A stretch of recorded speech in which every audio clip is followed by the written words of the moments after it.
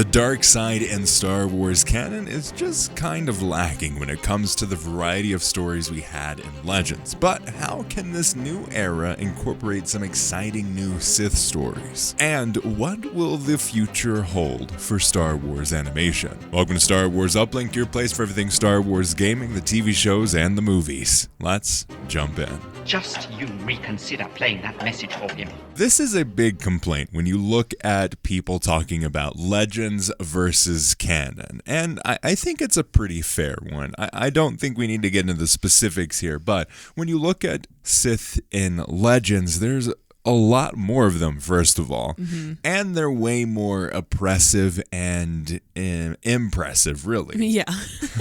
We have examples of Sith draining the powers of entire planets and using that to attack others. And this is, I believe, during the KOTOR timeline.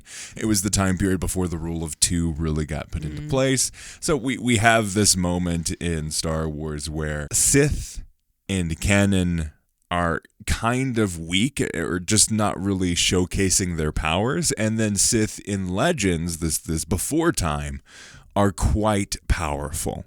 And I want to talk about this, and I also want to talk about the specifics and how this could possibly change, because there's some lore reasons why this is the case as well. But first off, let's get into our thoughts on Sith and canon. I kind of agree with the consensus of everyone being like, why are the Sith kind of lame? I mean, ultimately in canon, we mostly see a strange time for the Sith. Like, they have been beaten down, and it makes sense for them not to be as focused or as in the spotlight. Yeah, as showy or as just absolute terrors. Instead, we're getting, well, especially with Palpatine, we're getting this very, like, subversive, creeping in the background kind of thing. Because they're not to believe to be existed. Right. And another piece to this, like, puzzle when it comes to Star Wars Sith and canon, we basically only have one example of that, and it's Palpatine. Yeah. Palpatine is the Sith in all of the existence of Star Wars canon. So you can't really get anything else with that, because Snoke was a puppet of Palpatine, and Kylo Ren, which was heralding in this new effort for the Dark Jedi or dark side user Sith, kind of, but they didn't necessarily like... It's complicated. Yeah. In the sequel trilogy, Sith is very, like, different, because Sith is historically this one type of thing. And both the Jedi and the Sith representations in Rey and Kylo Ren, they are rebuilding what they think Jedi or Sith should be, rather than what they actually were. Right.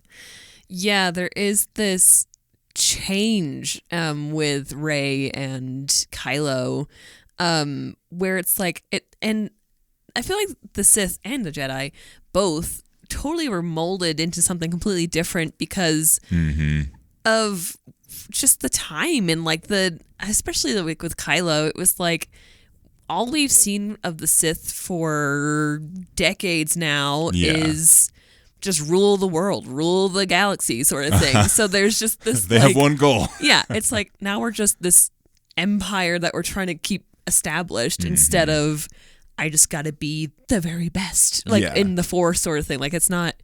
It is selfish. It is to gain for themselves and be very, very powerful, but it's totally different power than I think the Sith originally... Yeah, it's a very lasting power, really, when you look at it. Like, the reason why there are so many Sith or dark side users in Legends is because they rose to such a power that they had to be stopped, and therefore they kept on either attacking each other or had to be stopped by some Jedi. So there's this chicken and egg situation where, like, yes, they need to be powerful, but once they become powerful enough, they also have to be stopped, otherwise the whole galaxy gets destroyed, and that just doesn't work from a lore perspective, really, for the ultimate continuation of the Star Wars galaxy. So we're in this really interesting spot when we look at dark side users, because we have tons of examples in Legends of these very powerful users, and then we have Palpatine, who's like looking at the past of the Sith, utilizing their strategies and their beliefs to give himself even more power. For sure. Without necessarily having to wield it at all. And falling into the same traps that they did, which was just gorging themselves on this and then being almost too showy with it to make everyone to make you a target, you know? But like he didn't even like, from the examples that we have, if we look at just the movies, we don't have clear examples of him just using the Force to his like pure powerful sense of the Force. He's mostly wielding the power of politics. Yeah. Like that's his strength, really. Even though he is supposed to be one of the most powerful Sith users, we don't get to see that in any of the mediums that we experience on the screen, at least. I know there's tons of books. There's like Lords of the Sith, and that's like a Darth Vader and Palpatine story. Really, really well done story. Really enjoy that book. It's just fun to get in the minds of both of those characters. And there's tons of other examples where like the influence of the powers of Palpatine and Darth Vader and the Empire are there, but we don't necessarily see them as explicitly as we do in like a lot of the Legends materials. Can we like get into what I feel like we're missing out on with the Sith? Okay. I feel like we're missing out on the showiness of the Sith. Like, I want to see what they could be capable of.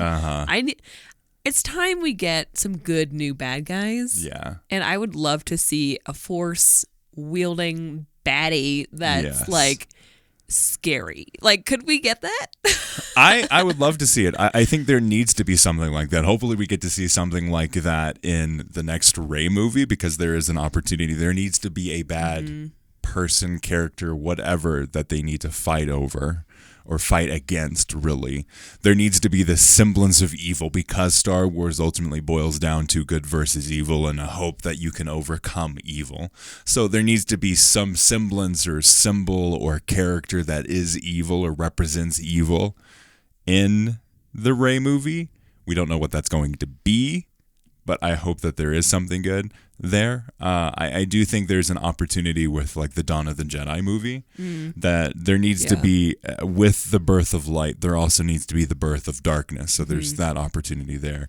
And we now officially have the Knights of the Old Republic, or the Old Republic era, officially acknowledged in canon for the first time at Star Wars Celebration. So there is opportunity. While we may be like, oh man, I wish we could see something like this in the existing time periods in the movies that we know are happening, there is the opportunity that once they get this set up, once they've proven they can do stuff outside of that Skywalker saga, that we go to the Old Republic era and we go to see, well, you have the High Republic era being the representation of like the height of the Jedi's power. The Old Republic is the war and the battle and the fight for control over the whole galaxy between the powers of evil and the dark side and the powers of good with the Jedi. I think you bring up a good point with Dawn of the Jedi, and that it's going to be really interesting how both come to be.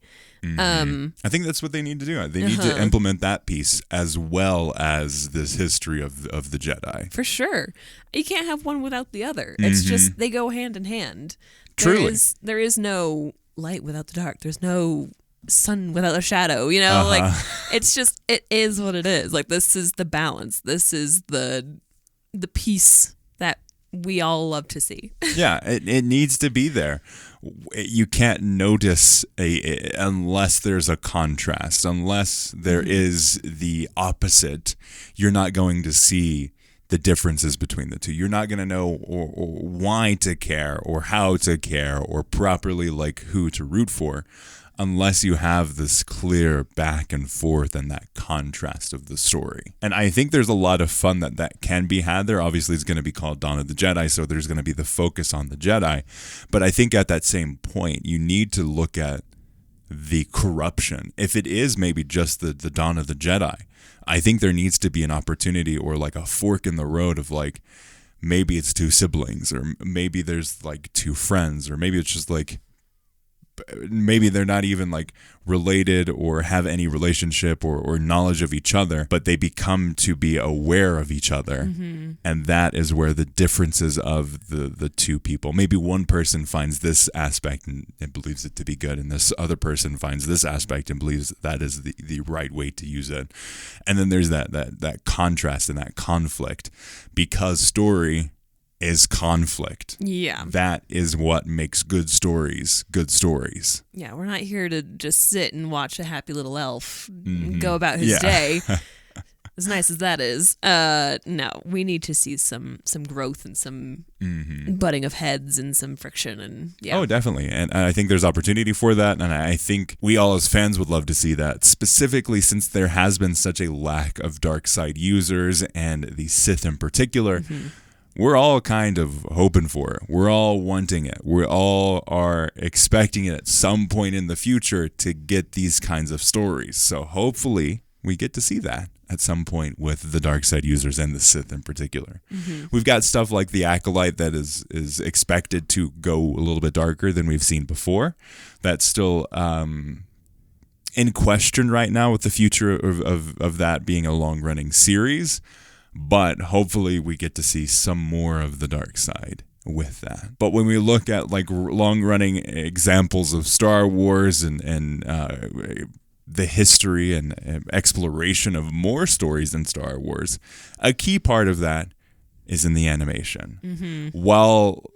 While this new era of Star Wars has lived on the small screen in terms of the live-action Disney Plus shows, the previous gap was held over with the Clone Wars and the animated series. Yeah. So I think there is always this place for Star Wars, and you could go all the way back to the original trilogy with the holiday special and the Boba Fett animated show. So it's been there basically since the beginning, this expectation that Star Wars is also in animated form, just like Star Wars has almost from the beginning been in the video game form as well. There needs to be this place for Star Wars animation. And now that we're getting to the end of the Bad Batch, I do want to start thinking about like what we want to see in Star Wars animation once Bad Batch ends. I think it's really interesting that we haven't heard anything about what's to come. Yeah, I think the only thing that we have heard is that there probably will be more Tales of the Jedi. Which makes sense. But that's not officially confirmed, I don't think. And it's not what we've come to expect from the animated shows. Like we've expected stories, not like not one-off like little character moments. Yeah. We've expected like multiple seasons of a continual story. Yeah. It makes me a little suspicious, actually. Oh, really? Yeah, just like with the Bad Batch ending, are they holding something off because they don't want to spoil the ending of Bad Batch? Yeah. You know, like is this... Well, that's kind of the direction I wanted this discussion to go. Okay. Because now that we have Asajj Ventress there, are we going to see an Asajj Ventress show? Right. Because that could very easily carry the torch of what the Bad Batch set up and could still cross paths with the Bad Batch, just like the Bad Batch was like built on the back of the Clone Wars, and that the Clone Wars Season 7 set up what would eventually become Bad Batch, the TV show with the 3 seasons. I think we could be getting to the point where, like, now that we have Ahsoka, now that door's kicked open, right? Are we going to explore that in animated? Right. It does kind of seem like there's a theme going on with the shows right now where it's like we have one big hit and then we can kind of branch off with other characters. Yes. Like with Mandalorian, Ahsoka was there. And then with Boba Fett, Ahsoka was also kind of there. Or was she in that one? Yeah. Yeah, okay. So now it's like, now we have an Ahsoka show. It's like, okay, I see what you're doing here. Yeah. So is this going to be kind of one of those moments? Are we bringing that, what we've seen from the live action into the animated series here? Yeah. And like they're already opening up a whole box of worms with the M count and like all this stuff with Bad Batch that's like I don't think we can like really close the door on this right now. Like, yeah, no matter what happens or ends up happening with Bad Batch season 3, we know that there is going to be something that has to happen, and I highly doubt that there is going to be as strong of a conclusion with the next 7 episodes, I think, is what we have left. There still is that question of what Palpatine and Hemlock are working on in that secret area of Mount Tantus. There's still a lot of questions that I think will, no matter what solutions that we do have, there will still be more questions, because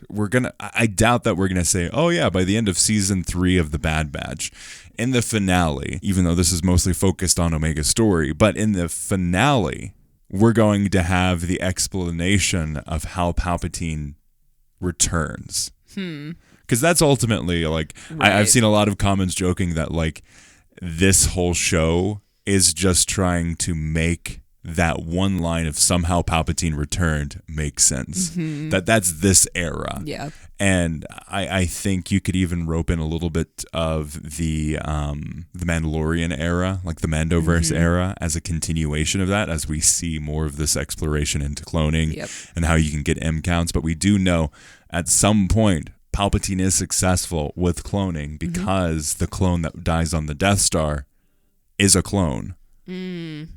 Interesting. Yeah. So there's a lot to be said there when we look at these various examples of like all of the Star Wars coming together. But a big piece of that, the big thing that's like in the background moving these stories forward, is animated. What would you like to see? We talked about Asajj Ventress. Right. Yeah. But what other kinds of stories would you see? Kind of going off the Bad Batch thing. Yeah. What about an Omega show? Like, what if we're just like, I don't know, something happens to the family, it's crumpled, she's deciding to go on her own. I don't know, maybe it's a Grogu actually choosing the lightsaber moment.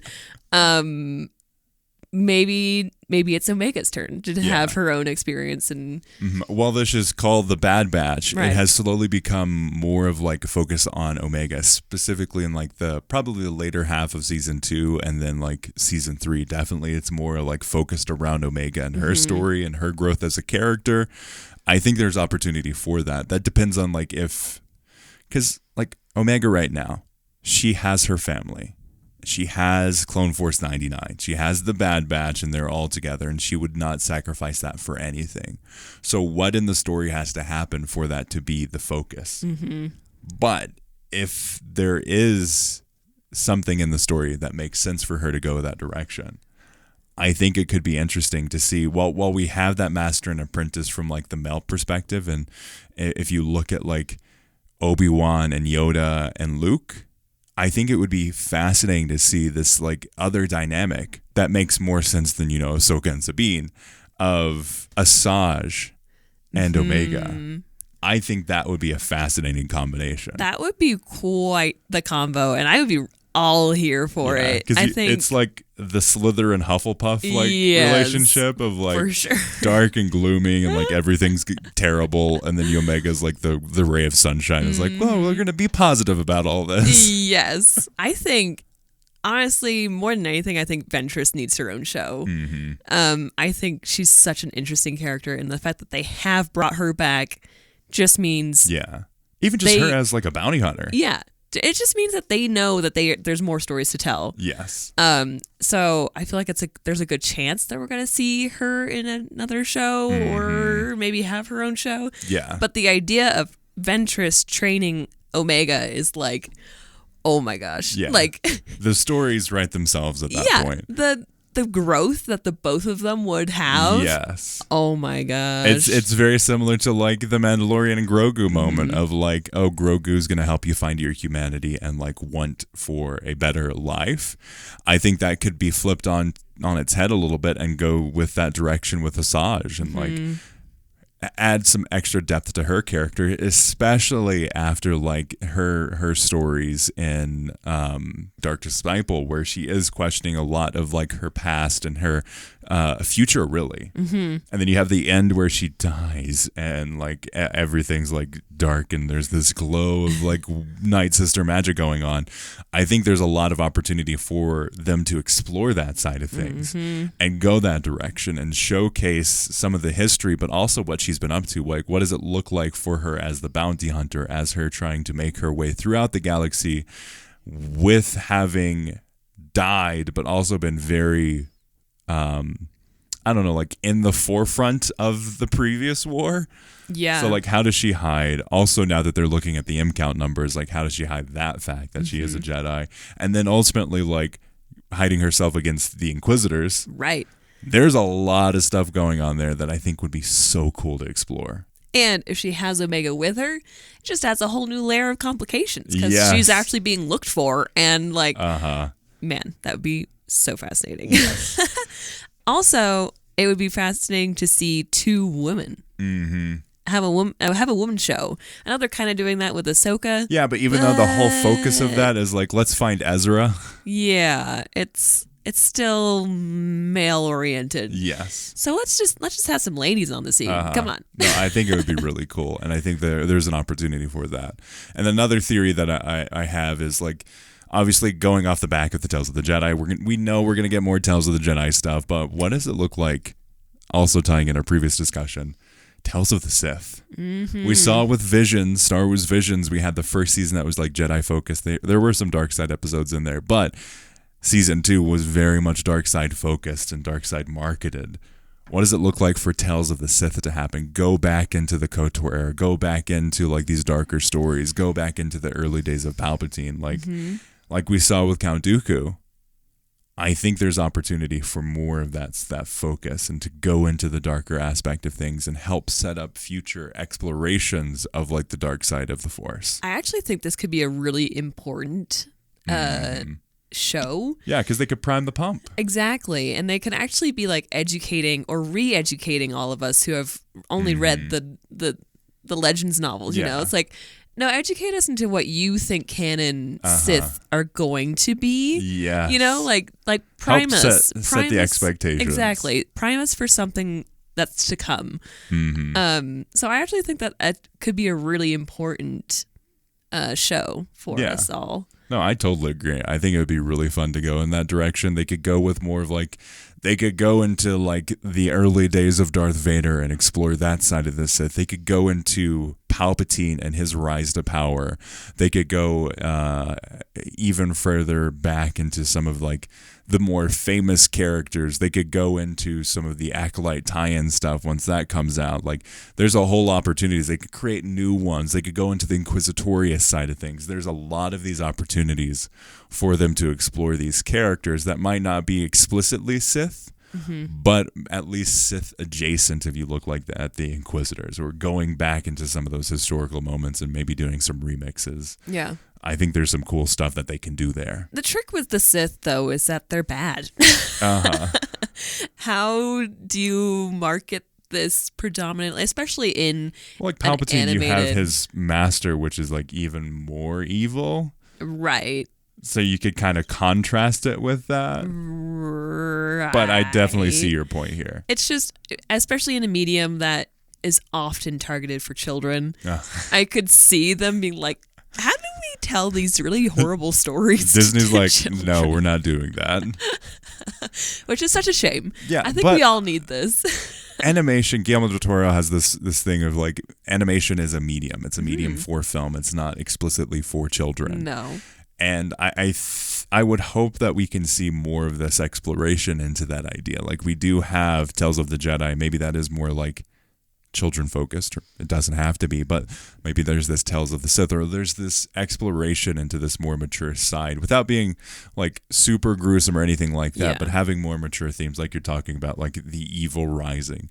And I think that's just as impactful for people to be aware of like, how do people become evil, and what are those things, and contrast that with the Jedi stories. I think there's some opportunity there. For sure. Yeah, and honestly, I think kids also still need to see that. Like, I think these are important topics to discuss. But yeah, and it's just I could see trouble arising with the medium and with Disney's family friendly brand. Yeah, and just their approach to all things animated and whatnot. They have a brand that they need to keep clear. But so. like, there are some moments in Clone Wars that are very dark.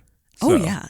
I think there could be opportunity for this. Yeah. Oh, for sure. For sure. But we'll see. Let us know your thoughts on our theories today, as well as your hopes for Sith and dark side users in canon, as well as what animated Star Wars show you would like to see next. Let us know in the comments if you're watching this on YouTube, or contact at uplinkpodcast.com if you're listening to this wherever you find podcasts. As always, thanks for listening, and may the Force be with you.